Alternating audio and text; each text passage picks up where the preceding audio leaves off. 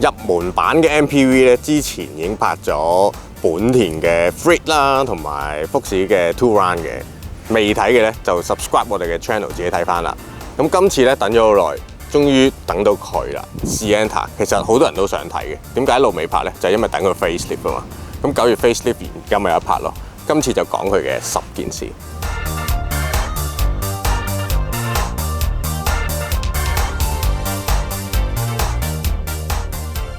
咁今次小改款咧，就真係小改款嚟嘅啫，外形上有啲分別啦。咁個頭燈雖然個形狀一樣，不過入邊盞燈咧就唔同咗嘅。咁鬼面罩有啲唔同啦，好似大幅咗啦而家，同埋個頭幫擺尾燈都係有啲改變嘅。我側邊呢條 link 咧都有少少唔同啦，咁所以唔係大改動嚟嘅。Facelift 完之後咧，其實都係繼續分普通電油版同埋 hybrid 版嘅。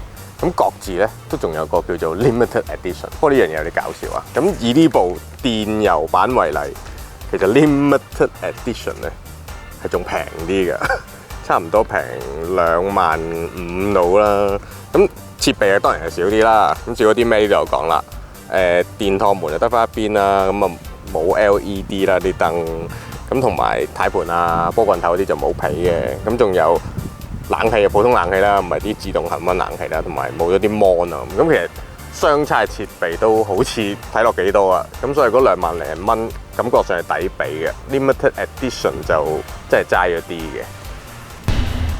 咁咧，其實 facelift 完之後咧，日本咧係出咗個5座版叫做 Fun Base 嘅，即係就冇咗後邊2個座位，但係個尾箱又可以有多個間隔啦，叫做擺多啲嘢咁啦。不過據我所知，香港係唔會翻呢個版本嘅。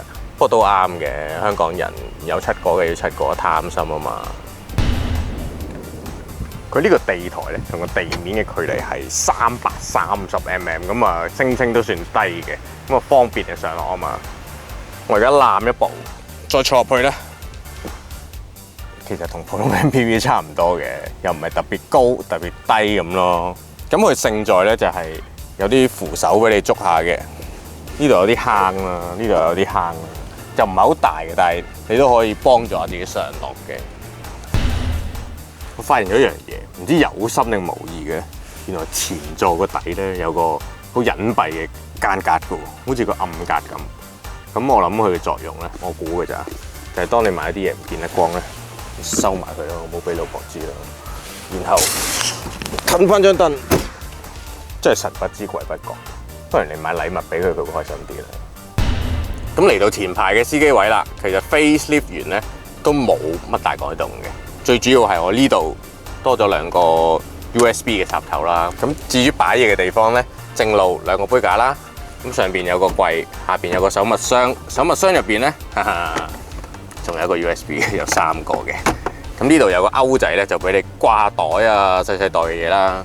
咁佢係3 kg 嘅最多，你唔中意覺得一粒的咁趌出嚟咧，可以翻入去㗎。咁就唔見咗噶啦。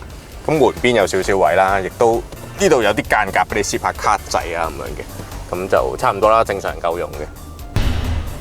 呢部7人車嘅佈局係2-3-2嘅，呢度坐3個人咧，你睇下係逼啲嘅，不過你可以坐咯。咁我建議都係坐2個人係舒服啲嘅。咁呢個腳位嘅空間係 OK啦，呢類車點會唔 OK 啊？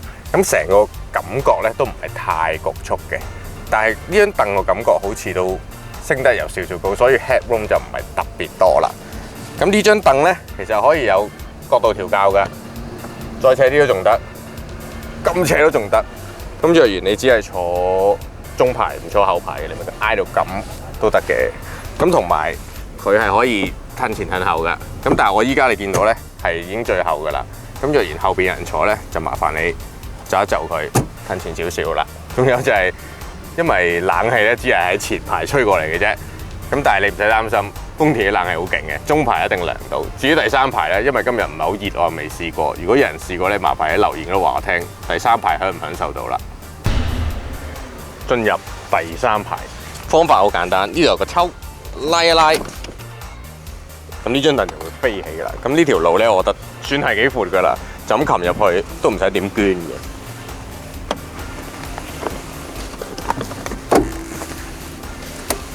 進入咗最後嗰排啦。雖然你見我係坐低咗嘅，但係其實我而家隻腳咧係凌空翹起咗，因為第3排要坐人嘅話，中排一定要褪前。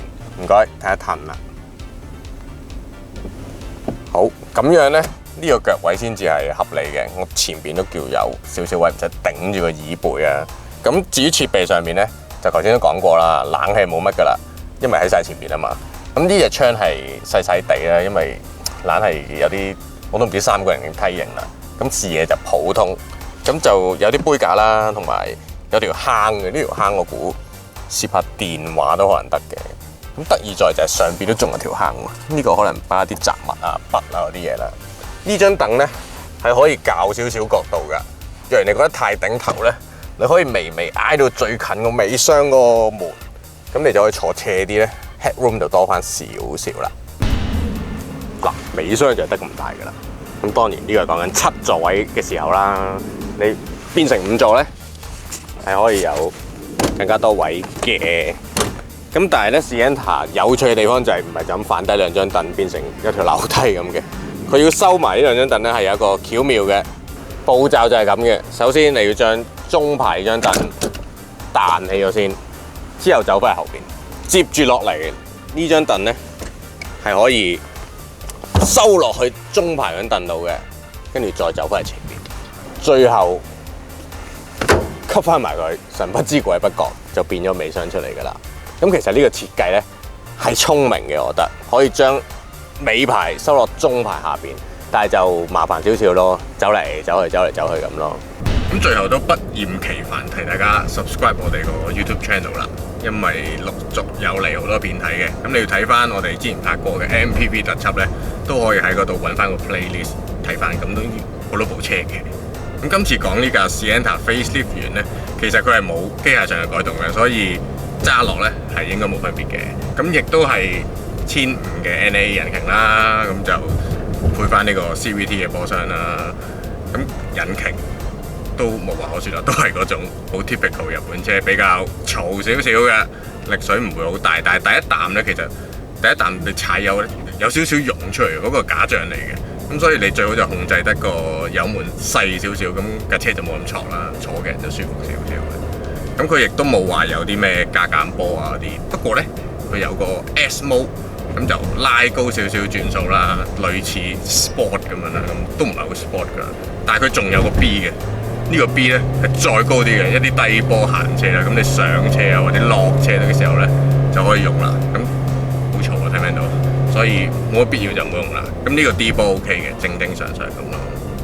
咁軚盤就反正冇乜㗎啦。咁通常呢啲日本 MPV 都係咁㗎啦，所以成個感覺咧好 typical 嘅普通日本 MPV 嘅，你唔會有好大驚喜，亦都唔會覺得好過癮嘅。咁最緊要係坐嘅人空間夠舒服，咁我覺得佢設備亦都係齊全嘅。咁以佢呢個價錢20萬鬆少少，有雙電趟門又成。咁若然你好手緊，但係你又想買嘅，你咪買個 limited edition 咯，再平2萬幾。但係我覺得呢個設備係真係多啲嘅，咁爭個少少錢，不如買呢個版本。若然你唔係好接受到佢個樣，因為你知呢個款係比較奇異嘅，有啲人會中意，有啲人就唔係太喜歡啦。咁你仲有本田嘅 Freed 揀嘅，我哋之前都拍咗，咁價錢都差不多。咁以車嚟計呢，其實我本人覺得都好接近嘅。